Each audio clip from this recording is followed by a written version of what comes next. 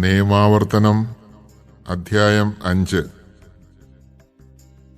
മോശ ഇസ്രായേൽക്കാരെയെല്ലാം വിളിച്ചുകൂട്ടി പറഞ്ഞു, ഇസ്രായേലെ കേട്ടാലും നിങ്ങളോട് ഞാനിന്ന് പറയുന്ന ചട്ടങ്ങളും നിയമങ്ങളും പഠിക്കുകയും അനുഷ്ഠിക്കുവാൻ ശ്രദ്ധിക്കുകയും ചെയ്യുവിൻ. നമ്മുടെ ദൈവമായ കർത്താവ് ഹോറബിൽ വെച്ച് നമ്മോട് ഒരു ഉടമ്പടി ചെയ്തു. നമ്മുടെ പിതാക്കന്മാരോടല്ല, നമ്മോടാണ് കർത്താവ് ഉടമ്പടി ചെയ്തത്. ഇന്ന് ഇവിടെ ജീവനോടെ ഇരിക്കുന്ന നമ്മോട്.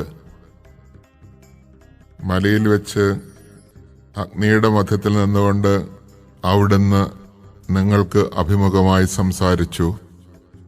ഞാനപ്പോൾ കർത്താവിൻ്റെയും നിങ്ങളുടെയും മധ്യേ അവിടുത്തെ വാക്കുകൾ നിങ്ങളെ അറിയിക്കുവാൻ നിൽക്കുകയായിരുന്നു. എന്തെന്നാൽ അഗ്നി നിമിത്തം നിങ്ങൾ ഭയപ്പെട്ട് മലയിലേക്ക് കയറിപ്പോയില്ല. അവിടുന്ന് പറഞ്ഞു, അടിമത്തത്തിന്റെ ഭവനമായ ഈജിപ്തിൽ നിന്ന് നിന്നെ മോചിപ്പിച്ചു കൊണ്ടുവന്ന നിന്റെ ദൈവമായ കർത്താവ് ഞാനാണ്. ഞാനല്ലാതെ മറ്റൊരു ദൈവം നിനക്കുണ്ടാകരുത്. നിനക്കായി ഒരു വിഗ്രഹവും ഉണ്ടാക്കരുത്. മുകളിൽ ആകാശത്തോ താഴെ ഭൂമിയിലോ ഭൂമിക്കടിയിലെ ജലത്തിലോ ഉള്ള ഒന്നിന്റെയും പ്രതിമ ഉണ്ടാക്കരുത്. നീ അവയെ കുമ്പിട്ട് ആരാധിക്കുകയോ സേവിക്കുകയോ ചെയ്യരുത്. എന്തെന്നാൽ നിന്റെ ദൈവവും കർത്താവുമായ ഞാൻ എന്നെ വെറുക്കുന്നവരുടെ 3-4 തലമുറകൾ വരെയുള്ള മക്കളെ അവരുടെ പിതാക്കന്മാരുടെ തിന്മ മൂലം ശിക്ഷിക്കുന്ന അസഹിഷ്ണുവായ ദൈവമാണ്. എന്നാൽ എന്നെ സ്നേഹിക്കുകയും എൻ്റെ കൽപ്പനകൾ പാലിക്കുകയും ചെയ്യുന്നവരോട് 1000 തലമുറ വരെ ഞാൻ കാരുണ്യം കാണിക്കും. നിന്റെ ദൈവമായ കർത്താവിൻ്റെ നാമം വൃഥാ ഉപയോഗിക്കരുത്. തന്റെ നാമം വൃഥാ ഉപയോഗിക്കുന്നവനെ കർത്താവ് ശിക്ഷിക്കാതെ വിട്ടയക്കുകയില്ല. നിന്റെ ദൈവമായ കർത്താവ് കൽപ്പിച്ചതുപോലെ സാബത്ത് ആചരിക്കുക, വിശുദ്ധമായി കൊണ്ടാടുക. 6 ദിവസം അധ്വാനിക്കുകയും എല്ലാ ജോലികളും നിർവഹിക്കുകയും ചെയ്തുകൊള്ളുക. എന്നാൽ 7-ാം ദിവസം നിന്റെ ദൈവമായ കർത്താവിന്റെ സാബത്താണ്. അന്ന് ഒരു ജോലിയും ചെയ്യരുത്. നീയും നിന്റെ മകനോ മകളോ ദാസനോ ദാസിയോ കാളയോ കഴുതയോ മൃഗങ്ങളിൽ ഏതെങ്കിലുമോ നിന്റെ പട്ടണത്തിലുള്ള പരദേശിയോ ഒരു ജോലിയും ചെയ്യരുത്. നിന്നെപ്പോലെ തന്നെ നിന്റെ ദാസനും ദാസിയും വിശ്രമിക്കട്ടെ.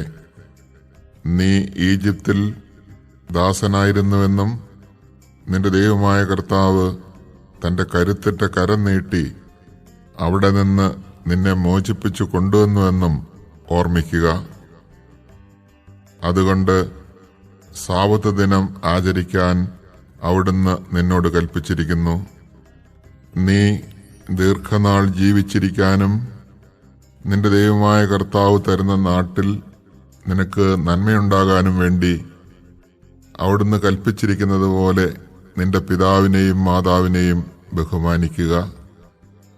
നീ കൊല്ലരുത്, വ്യഭിചാരം ചെയ്യരുത്, നീ മോഷ്ടിക്കരുത്, അയൽക്കാരനെതിരായി നീ കള്ളസാക്ഷ്യം നൽകരുത്, നിന്റെ അയൽക്കാരന്റെ ഭാര്യയെ നീ മോഹിക്കരുത്.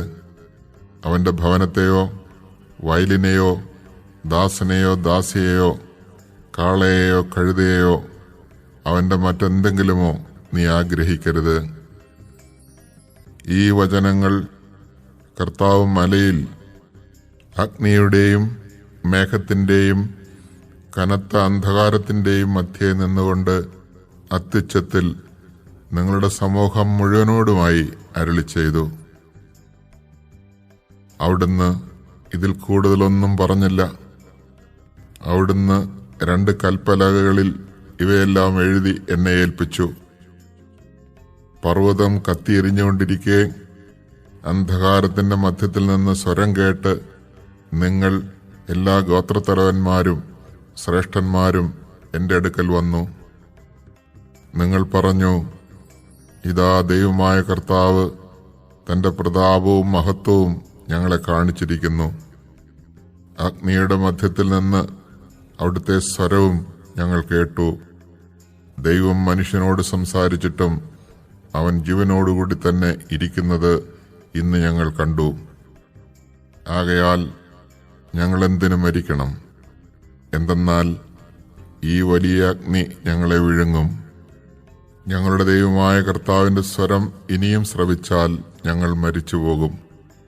എന്തെന്നാൽ അഗ്നിയുടെ മധ്യത്തിൽ നിന്ന് സംസാരിക്കുന്ന ജീവനുള്ള ദൈവത്തിന്റെ ശബ്ദം കേട്ടിട്ടും ജീവിച്ചിരിക്കുന്ന ഞങ്ങളെപ്പോലെയുള്ള മർത്യർ വേറെ ആരുള്ളൂ? നീ അടുത്തുപോയി നമ്മുടെ ദൈവമായ കർത്താവ് പറയുന്നതെല്ലാം കേൾക്കുക. അവിടുന്ന് നിന്നോട് പറയുന്നതെല്ലാം ഞങ്ങളോട് വന്ന് പറയുക. ഞങ്ങൾ അവയെല്ലാം കേട്ട് അനുസരിച്ചു കൊള്ളാം. നിങ്ങൾ എന്നോട് സംസാരിച്ചത് കേട്ടിട്ട് കർത്താവ് എന്നോട് അരുളി ചെയ്തു, നിന്നോട് ഈ ജനം പറഞ്ഞത് ഞാൻ കേട്ടു. അവർ പറഞ്ഞതെല്ലാം നന്നായിരിക്കുന്നു. എന്നും എന്നെ ഭയപ്പെടാനും എന്റെ കൽപ്പനകൾ പാലിക്കുന്നത് വഴി അവർക്കും അവരുടെ സന്തതികൾക്കും എന്നേക്കും നന്മയുണ്ടാകുവാനുമായി ഇതുപോലെ സന്നദ്ധതയുള്ളൊരു മനസ്സ് അവർക്ക് എന്നും ഉണ്ടായിരുന്നെങ്കിൽ കൂടാരങ്ങളിലേക്ക് മടങ്ങിപ്പോകാൻ അവരോട് പറയുക, നീ ഇവിടെ എൻ്റെ കൂടെ നിൽക്കുക. ഞാൻ അവകാശമായി നൽകുന്ന സ്ഥലത്ത് ചെല്ലുമ്പോൾ അവർ അനുഷ്ഠിക്കേണ്ട എല്ലാ നിയമങ്ങളും കൽപ്പനകളും ചട്ടങ്ങളും അവരെ പഠിപ്പിക്കാൻ ഞാൻ നിനക്ക് പറഞ്ഞു തരാം. ആകയാൽ നിങ്ങളുടെ ദൈവമായ കർത്താവ് നിങ്ങളോട് കൽപ്പിച്ചതുപോലെ പ്രവർത്തിക്കാൻ നിങ്ങൾ ശ്രദ്ധാലുക്കളായിരിക്കണം. നിങ്ങൾ ഇടം വലം വ്യതിചലിക്കരുത്. നിങ്ങൾ ജീവിച്ചിരിക്കാനും നിങ്ങൾക്ക് നന്മയുണ്ടാകാനും നിങ്ങൾ കൈവശമാക്കുന്ന ദേശത്ത് ദീർഘനാൾ വസിക്കാനും വേണ്ടി നിങ്ങളുടെ ദൈവമായ കർത്താവ് കൽപ്പിച്ചിട്ടുള്ള മാർഗത്തിലൂടെ ചരിക്കണം.